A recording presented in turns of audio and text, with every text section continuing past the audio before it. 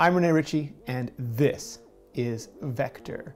So today I wanted to talk about parental controls, restrictions, the things we use to control what other people can do with the devices that we control, but they get to use, namely parents.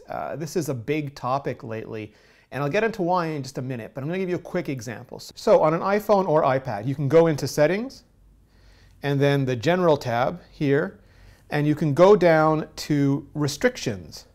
And then there's a lot of things you can control. Everything from Safari to camera to Siri and dictation, FaceTime, AirDrop. You can control the ratings for explicit music, TV shows, books.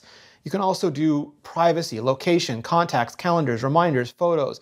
And you can lock down changes so that people, for example, can't change the accounts, the cellular data provisions. And you can also control gaming, everything from multiplayer games to adding friends to screen recording. And once that's set up, unless or until they guess your passcode, you can give that iPhone or iPad to your children and they will be bound by whatever restrictions you set. There's even guided access. You can turn that on in accessibility and then you can lock your child to just one app.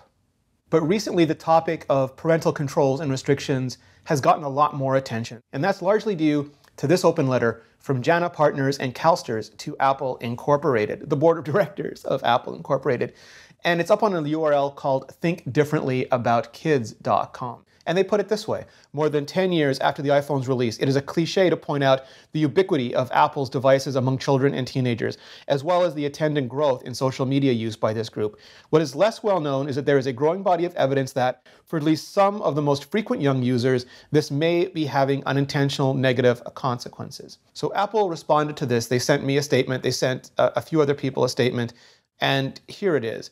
Apple has always looked out for kids, and we work hard to create powerful products that inspire, entertain, and educate children while also helping parents protect them online.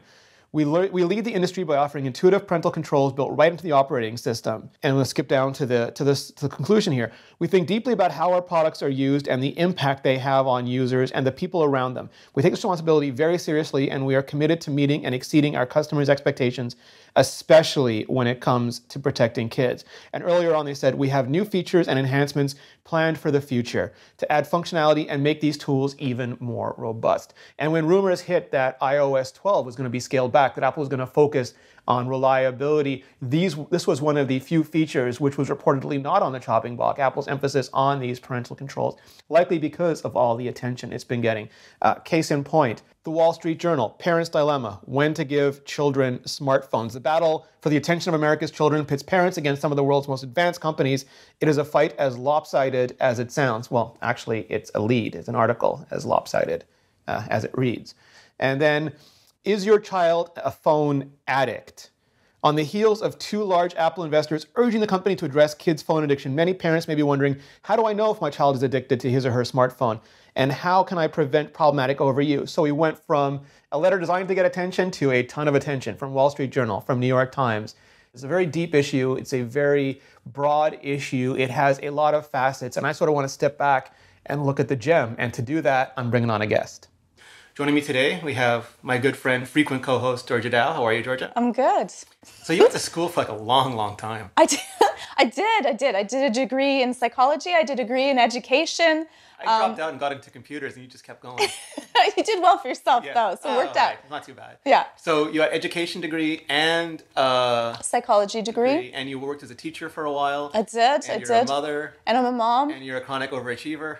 We both have that in common. Yes, yes, okay. Type A's. Yes. Yeah, you have a mother of two children. Yes, so two boys. It's safe to say that this whole issue of screen time and device addiction, internet addiction, social addiction, it's not foreign to you at all. No, first time you're hearing about it right now. It's not. It's dear to my heart. One, for my own boys, but also in my practice. I deal with a lot of parents that are coming in with severe addiction to their children. I deal with parents that, because of addiction to technology, even the family is broken up to that. So it's a big issue to that, and it's many layered. I don't think that there's one easy answer to this. So when people write like a big letter to Apple just to get headlines and say you must do something to protect the tiny children and the dogs, and that's maybe a cry for attention, not a serious look into the subject. It's really a parent's job to monitor what your child is doing and to let them use or not let them use whatever you decide to do that. Apple can't do that job. They cannot monitor your children. Tim Cook can't come to my house and babysit? That sounds awesome. That would be but so great. He'd make my kids hike, but it'd be phenomenal. I think he's busy. I think he's busy, and he'd probably say, come out and hike with me. A little bit busy. Yeah. It's always unclear to me what they mean when they just say, like, the government should just do this, or Apple should just, and there are tools. The tools can always be better. I'd love to see time-based parental controls, for example. Yes. But ultimately, it's me, it's my child, it's the device in their hand in my home. And I would worry if the device itself did everything, then we would be disconnected from this conversation with our child. I like the fact that we have to time our children. That keeps me in check. I have children. I have to remind myself to do things. So we set sometimes the timer on the stove, or we deal with other ways, but then we're still interacting and we look at them and say, are they still, because we're looking at them, the phone isn't, we're saying, oh, look, they're still on technology, or we're like, where have they snuck off to? And we're going like they're really quiet. That's usually the danger thing. When they're loud, they're not up to trouble. When they're quiet, that's when you have to monitor. I just flashed on a 21st, please forgive me, Bill Watterson, 21st century Calvin and Hobbes remake, where instead of a stuffed tiger that comes to life and they go off sledding in the woods, Hobbes is just a little Tamagotchi on his iPhone, and he's just sitting in the kitchen all day playing with no parents around. Yeah, that sounds sad. Yeah, it's nowhere near as fun. It's not as fun, but it does work. Like, that's the problem for parenting, is that it works exceptionally well in being able to babysit the kids. I wouldn't call it a babysitter. It's a silencer. It is a silencer. That's true. There's nothing interactive going on. That's a very good point. External level. It's all intrinsic. Right. Yeah. And you have children. I have children, 2 of them. Do they use digital devices? Yes, they do use digital devices, for sure. Was that a debate in your family about whether they'd be allowed to, or which ones they could use? I think that it's a really important debate. So yeah, we did have to debate what they were going to use, when they were going to use it, and how long they were going to use it for. So did they start off with like iPod Touches or computers or tablets, iPads? Okay, so this is a little bit of a difficult question because I have every set of technology underneath the sun. So you work in the tech industry. I work in the tech industry. My husband and I love video games. We have a full arcade MAME. We have the Wii, the Nintendo 64, the Xbox. And you're avid gamers, your husband's former IT. We love gaming. We love that. And so at first we just let our kids play as they wanted to. And we realized that for one of my kids, it was not, a great thing for him. He just seemed more agitated and upset. So then we had to have that discussion of how much and when we did this was pretty, that was 11 years ago. We hadn't really talked about gaming and technology and what happens. It wasn't really in mainstream yet. Not yet. And so we had to have this discussion with my husband and I, going back and forth with, how much is good? What should they use? Why? So to be clear, there's nothing more that you would have enjoyed as a family as just playing Halo all together. We would love to just play video games all day and enjoy it. I don't think that video games are bad or evil or do all kinds of horrible things, but I did notice that for my boy, it was not great for his brain. He seemed more agitated, he seemed rude, he was a little bit more upset. All he wanted to do was play more games. And all he wanted. And we stopped doing the other things that we used to do because video games was more salacious and took up a whole bunch of time. Let's back up for a second. So is there any concern about screens in general in children? Because I know right now there's a Wall Street Journal, the New York Times, screens are getting a really bad name.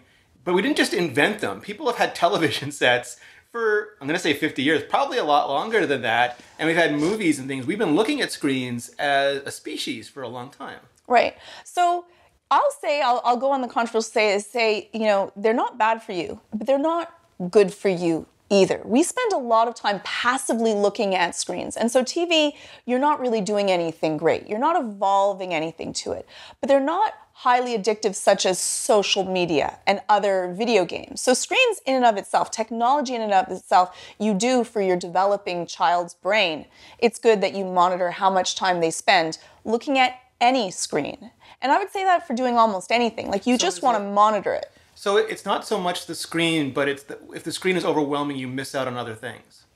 Yes, it's not the screen itself. It's not a flickering light that you are. Into your brain. No, though, if you're having sleep issues, yes, maybe having the spectrum of light and the blue wave spectrum might not be great for your sleep set. There's a whole bunch of different issues that are dealing with screens, and we do probably spend too much time staring at screens, and I will put TV into that.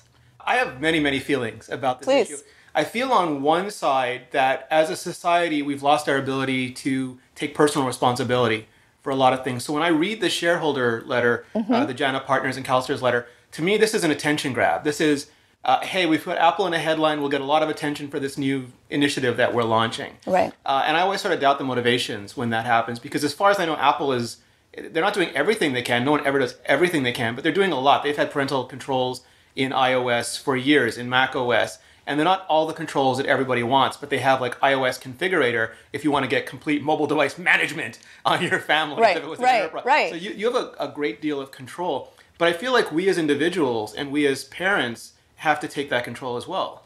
I agree with you fully. I think that one is, it's not just the phone itself is not the problem that makes it so addictive. It's not that there's this screen that has buttons and beeping and stuff like that. It's the apps that they look at, the websites that they go to. It's what someone is doing on the phone. I think that Apple, in comparison to many other companies, like they have done a really good job of trying to maintain a certain medium of control that you can have over it. Plus, they really do a good job with privacy, and I feel safer with my children using an Apple product because of that.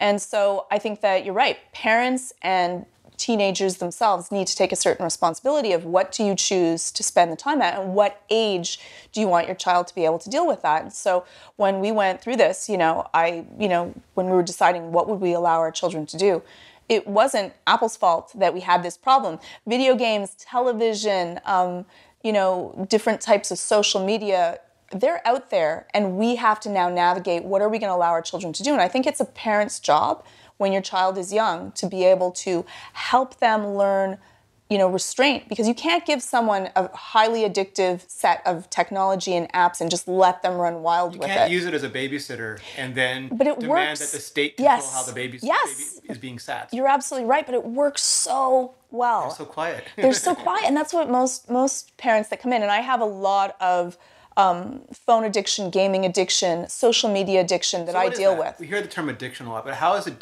Usually you think of drug addiction or alcohol addiction as in substances you introduce to the body that has a chemical effect on our brain. How do video game and I guess gambling and other addictions work? It's exactly the same thing. So what happens is if you're on social media and you get a nice text or you get a lot of things, you get a whole bunch of dopamine, which is the happy candy. Like yes, the happy candy for your brain, which makes you feel motivated, makes you feel good about yourself. And so Facebook and Snapchat and all kinds of other sets of social media really try to engineer the most amount of addiction as possible. And the same thing for video games, so that you keep on coming back for more. I have children that come into my office that have 1,000 snap streak on their phone, and when they go away for holidays, they have a friend use their account to try to keep their streak up. So this is very important to people. We're unfortunately hardwired to want to have other people like us and to feel part of the group. It's a survival mechanism. It is, and so we're dealing with that. And so we get the same, I deal with, it's my number one addiction that I deal with right now in session. So it's huge. There's a lot of kids. And the problem is that a lot of parents, if you let your children start very early and they're on social media, the problem is it's hard to pull them away from that. I've had parents, friend network, their entire community. Like we don't live in small little villages anymore. And then I think for a lot of years through the industrial and the information age, we were isolated. But now in the internet age, we've reformed our villages, but they're villages that exist online and not in proximity. Right, and we feel like we're going to miss out, that fear of missing out, if we're not part of this. And everyone else, and all my friends are doing it, and they're all on here, and they're chatting, and I won't be invited to the parties because it's on this. It's a big deal. Our entire society is warped around this. Is that different, though, than, I'll go back to the 50s, but I don't know, happy days, whatever. When you had social cliques and you were worried about whether you were popular, whether you were the jocks or the cheerleaders, or you were invited to this party or to that party, or you were popular, or you were a nerd, or is this just a magnification of that, or is it a whole different thing? It's a magnification of that because now it's so much easier. Before, you would leave school and you would have to go to bed, or you'd be at home, and so you had this down period. Right now, like most people have their phones within, probably you have your phone within 5 feet of you right now. I would actually say 5 feet is probably way too far. Probably most people have their phone within like 3 feet arm reach distance to them. I'm like Billy the Kid with that phone. Yes, it's always there. Most people are constantly clicking 95 times a day. You are probably checking your phone. So this has become like ubiquitous to who we are as a person. Also, I mean, like the old joke is that when we had the phones with the curly cords, yes, that you'd be sitting in the kitchen going, I can't believe Becky said this about John, and you'd be on there for hours, and people would try to call the house and bam, bam. Busy signals. Ask your parents. Busy signals. Or you'd have call waiting. Yes. Also, no, they still have call waiting. Right. But like my sister would ignore it if my friends were calling, and she was on the phone for 3 hours. Yes. With her friends. Yes. But there was no screen. But there was no screen. Plus, when you went to sleep, no one was going to be calling you at certain hours because your parents would find out they were. And then you had an agreed time. Well, I would hide my phone underneath the pillow. Yeah. That was true, but it was not the same thing as this. This is so much easier. And also, we end up with getting our internet credits, right? Like we get those little internet like points that we want to kind of maintain and deal with. This many friends, this many likes. Exactly, and shares. that means who I am as a person. I have this many followers. I'm a better person than a person that has less followers. By the internet. Exactly, but it works. It works, and we're kind of hardwired to that. And I'll say the same thing for me. I get a post that like lots of people like. I feel good about it. And I know it's my little dopamine system and I shouldn't be feeding into this. You know better. But I still do. Yeah. And so you ask someone that's young before their brain is fully cooked, and our prefrontal cortex, our area that deals with consequences to actions, is only developed at 24.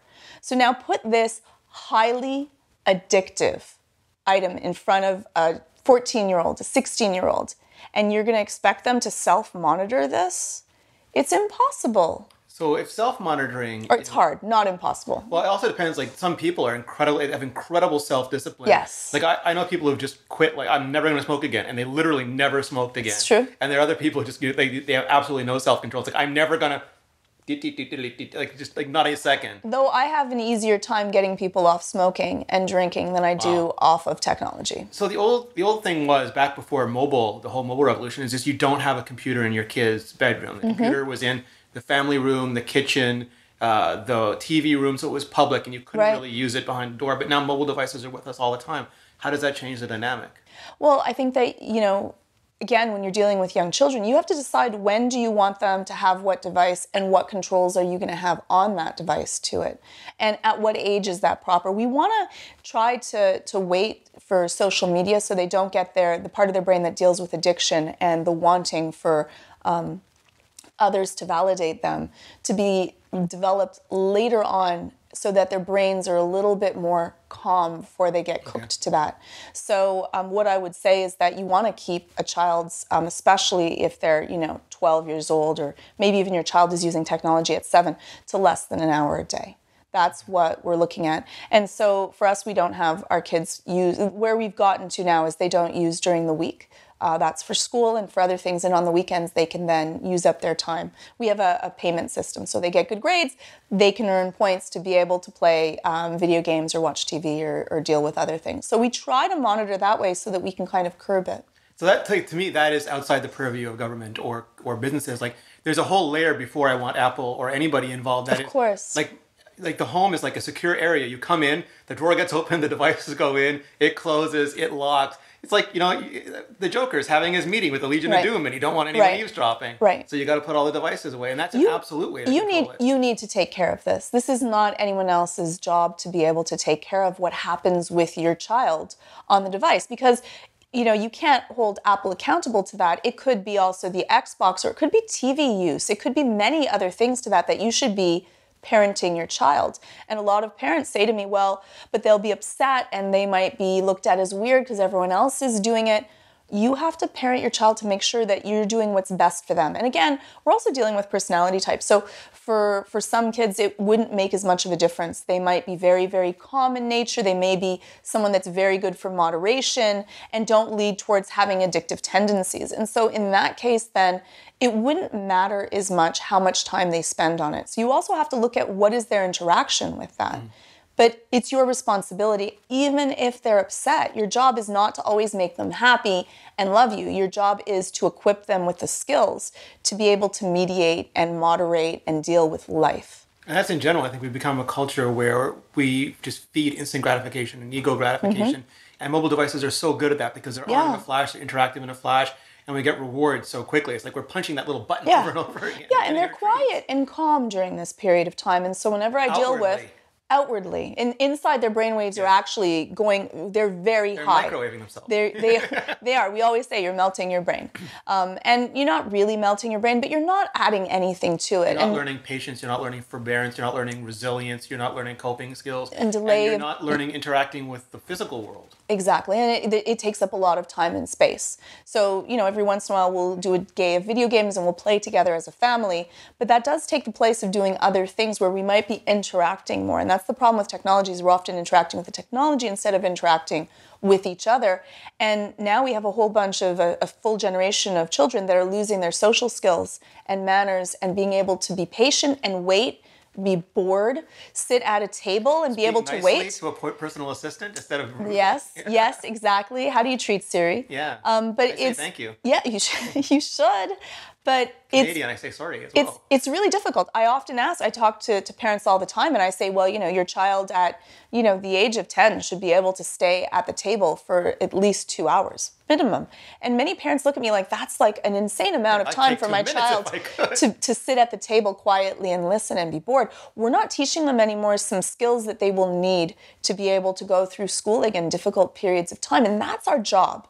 And it's a hard thing. I tell parents all the time that you're not going to be happy with me when you start weaning your children off of technology, because now they're not going to know how to handle themselves. They're going to be more annoying. They're going to be bugging you. They're going to be trying to break you down to get back the technology. And we're tired and the day is long and we're doing more things with our day. And probably we're also setting that model of spending too much time on tech as well. So I do think all the companies, I think Google, Amazon, Apple, all of them should provide tools that parents can use. I don't think they can substitute for parents, but I love like the parental restrictions in iOS already, where you can turn off, I don't want you on the internet, I don't want you on certain apps, I don't want you messaging. You can turn all of that off. You can also set ratings for things. I'd love to see a timeout, like you give the kid the phone and it says, you can use this for half an hour. And then it locks it down. Off. Yeah, until the parent's code goes back in. But I also think that you can't just take it away. You've got to give them board games or art projects or music projects or guitar lessons. You've got to fill their time with real world things so they don't notice the absence of the digital, they notice the presence of the real. Yeah, and if they're upset about it, that's okay.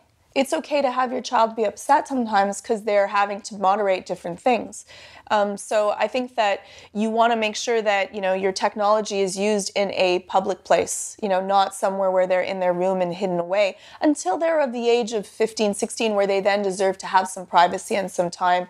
And that's also important, because the problem is that sometimes they're going to see something online that they're not ready for, and they don't know what they're ready for. I'm not ready for half stuff I see online, Georgia. I cannot unsee it. I wish I could. I wish I'd never known it existed. I've had many children that have come with panic attacks or night terrors because they've went to a website, and even one of my own children went to a website that one of their friends said, this is really cool, go to here. And then after that, they felt really traumatized, could not sleep after that. And I've had to deal with a lot of fears and phobias because of that. And Apple does a pretty good job of trying to lock out different spaces, but you also want to have those conversations, ask them where they're going to, and delay social media.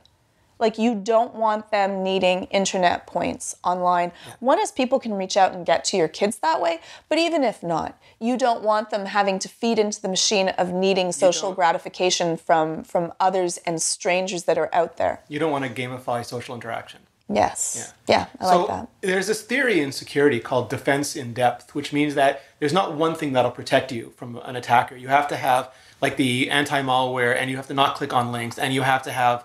So basically you want all these layers in front of you. And it sounds like what you're talking about is parenting in depth, that you want to have the restrictions available on the device. So like guided access, you can lock a child into one app if you want to, or a timeout on there. But then you also want to have knowledge of when the kids have the device. You don't want them to have unfettered access, and that might involve you keeping the device until it's their turn to play with it. And then you also want to fill their lives with things that aren't device related. So like you really want to have a full strategy to this. And it's easy to sort of yell and say, Apple needs to do more, Google needs to do more, but all of us need to do more. Yeah, and it's hard. It's a difficult thing because we're so busy these days that this takes... fix it for me. Just do it. Just fix it for me. This takes a lot of time. But even if Apple did all of those things, but you let your child have their phone all the time, it doesn't matter. Like, even just staring at YouTube videos, even if they're all innocuous, it's not great for their brain. So even if we did all of those things, you want to monitor and you want to be a part of the conversation. But then what I'm asking is a lot of time, it takes a lot of energy, and it's difficult if you're not that technologically savvy. You have to be engaged in your child's life. So what I'm hearing is get the child a stuffed tiger that they think comes to life, a sled, and let them go in the woods, and they will grow up to be Calvin. I love that idea, but it's also a little bit terrifying.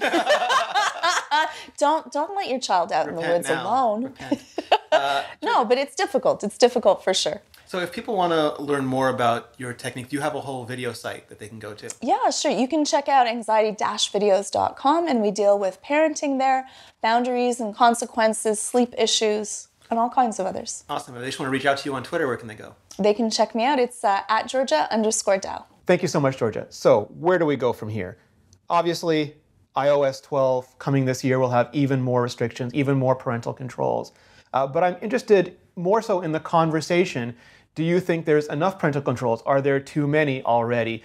If you're a parent, if you're a child, if you're someone who sees children out in the wild and you think they're not getting enough restrictions or enough controls, or you think they're getting far too micromanaged, let me know your thoughts. You can drop them in the comments right below this video or in this podcast, or let me know on Twitter, @ReneRitchie. Thank you so much. This is Vector. Hey YouTube, I'm Rene Ritchie. Thank you so much for watching. I hope you enjoyed the video. Please do me a favor, subscribe to the channel, and that way you'll be able to restore peace and justice to the galaxy far, far away.